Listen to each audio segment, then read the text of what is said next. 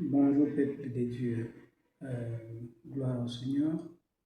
C'est avec joie, avec enthousiasme que je viens auprès de vous dans le cadre de partage de la parole de Dieu. Cette parole qui va nous fortifier, qui va nous aider dans la maturité spirituelle. Et le sujet que nous allons parler aujourd'hui, nous allons parler sur la nouvelle naissance. C'est un thème que nous allons développer ensemble sur la nouvelle naissance. Le sous-point, nous allons parler sur le salut par Jésus-Christ. Lisons Jean chapitre 3, verset 3. Jean chapitre 3, verset 3. Nous lisons au nom de Jésus-Christ. Il faut que vous naissiez de nouveau. Et si nous lisons dans 2 Corinthiens chapitre 5 verset 17, il nous dit que si quelqu'un est en Christ, il est une nouvelle créature. Et quand nous parlons du salut par Jésus-Christ, il faut d'abord savoir qu'est-ce que le salut. Qu'est-ce que le salut? Le salut est l'œuvre de Dieu par laquelle il pardonne le péché de l'homme, le délivre de la condamnation et lui donne la vie éternelle par Jésus-Christ. C'est-à-dire, par le salut, Jésus nous délivre de toute condamnation. Il y a des condamnations de la part de Satan. Satan nous avait condamnés pour l'enfer qui ne nous appartient même pas. Il y a aussi des condamnations de la part de famille. Il y a des familiers qui peuvent parler de mauvaises choses, peuvent prononcer de mauvaises choses à notre vie. Il y a des condamnations de péché que Jésus lui-même nous a pardonné. Il a enlevé toutes sortes de condamnations dans l'objectif de nous donner la vie éternelle. Si nous lisons dans Luc chapitre 19, verset 10, ça nous dit que le Fils de l'homme est venu chercher et sauver ce qui était perdu. C'est ça sa mission principale.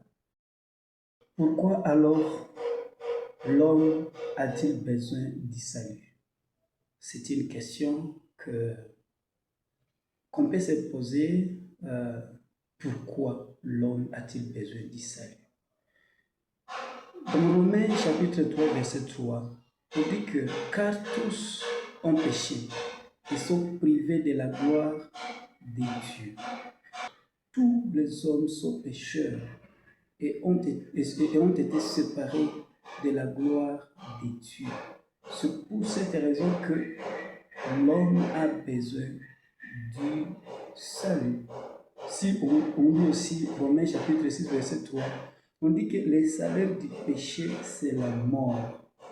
Mais le don gratuit de Dieu, c'est la vie éternelle en Jésus-Christ, notre Sauveur. Si nous demeurons dans le péché, notre salaire, c'est la mort.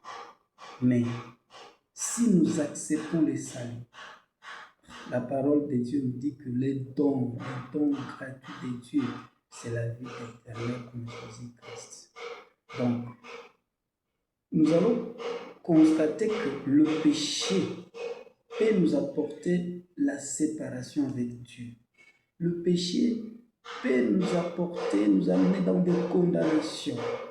Le péché peut nous amener aussi à la mort spirituelle. Mais aussi, le péché peut nous amener à la perdition éternelle. Et comment sommes-nous maintenant sauvés?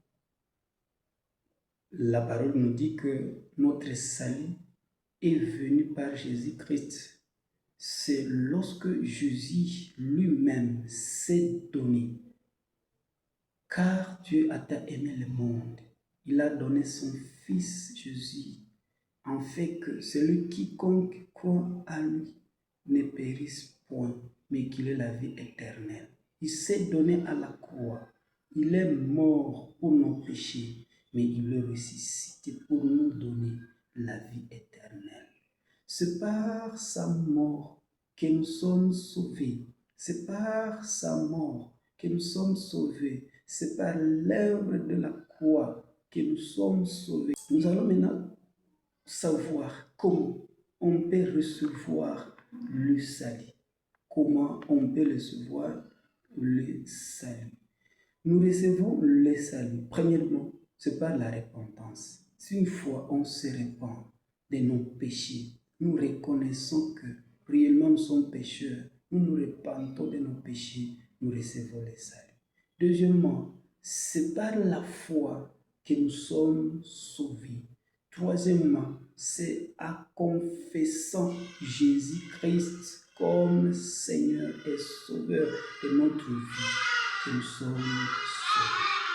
Si on parle de la repentance signifie reconnaître son péché, le confesser, l'abandonner et retourner sincèrement vers Dieu pour vivre une vie nouvelle en Jésus-Christ. Ce que nous devons maintenant connaître, nous devons connaître que le salut est par la grâce. C'est par la grâce de Dieu que nous sommes sauvés. Ce n'est pas par nos œuvres. C'est pas par nos œuvres. Personne ne peut être sauvé par ses propres efforts. Non. Si on lit Éphésiens chapitre 2, verset 9, ça nous dit que ce n'est point par les œuvres, en fait que personne ne se glorifie. Tite 3, 5. Il nous a sauvés, non à cause des œuvres de justice que nous serions faites, mais selon sa miséricorde. Donc c'est par la grâce que nous sommes sauvés.